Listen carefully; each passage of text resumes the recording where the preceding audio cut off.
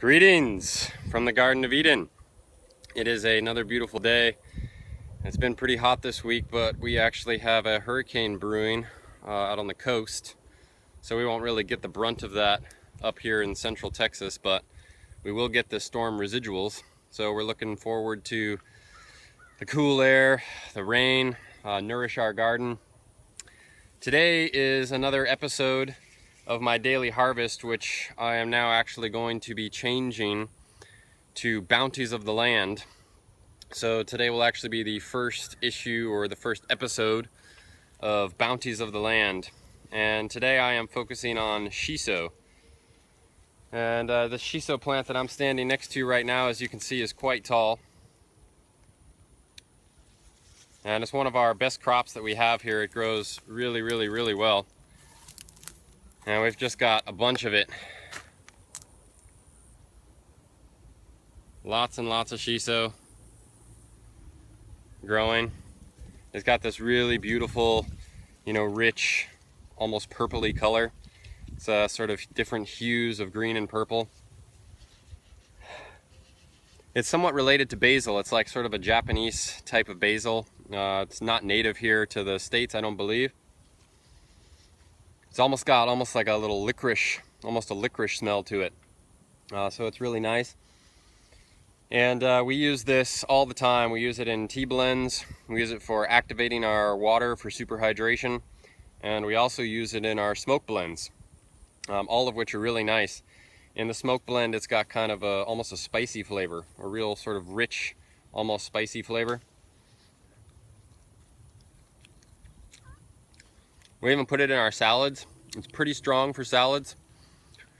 So a lot of people, might not particularly love it in salads, but it's super healthy.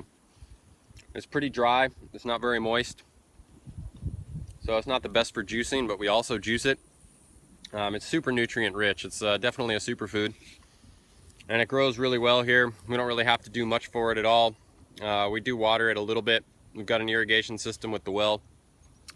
So when it doesn't rain for quite some time, we do water it. But again, we're wildcrafting this, and it's just sort of began to perpetuate itself.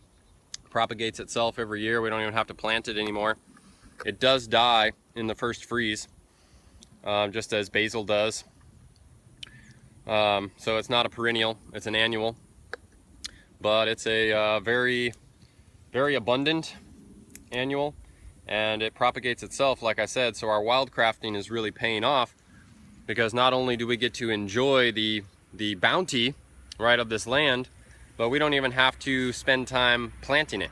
We don't have to save the seeds, we don't have to preserve the seeds, we don't have to sprout the seeds, we don't have to replant the seeds, we don't have to transplant the plants.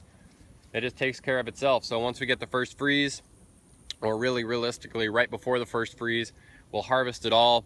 We'll dry it all, we'll put it in tea blends, smoke blends, and preserve it. And then come next spring, once it starts getting warm again, it'll just start growing itself up, and it'll start, as little tiny shoots. And by midsummer, towards the end of the summer, this is the tallest it's ever been. It gets more robust and strong every year, and that's the really fantastic thing about integrating a sustainable ecosystem, is that when it's truly sustainable, it actually improves, it actually gets better.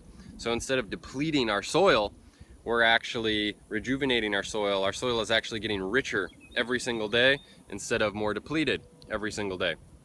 So that's one of the fantastic things about wildcrafting, not to mention that it's, just way more efficient as far as the carbon footprint goes. But this is Shiso. Like I said, it does really well here. It's a really interesting crop. I would recommend, any type of climate like this, giving it an experiment to growing it. Because it does so well, it's also very beautiful. It's a nice landscaping crop, a nice ornamental.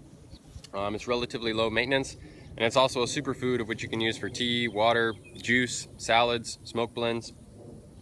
I'll put some information in the actual post itself as far as the nutrient contents go. Because I don't want to try to list all those off right here, but this concludes the Bounties of the Land for today. Hope you enjoy this video. I hope you highly consider either growing your own food or really supporting other people that do grow their own food, because realistically not everyone has to grow their own food in order to support people that do, and in order to get the high quality food that you can only get from, you know, locally homegrown food. Until next time, bless and steam on.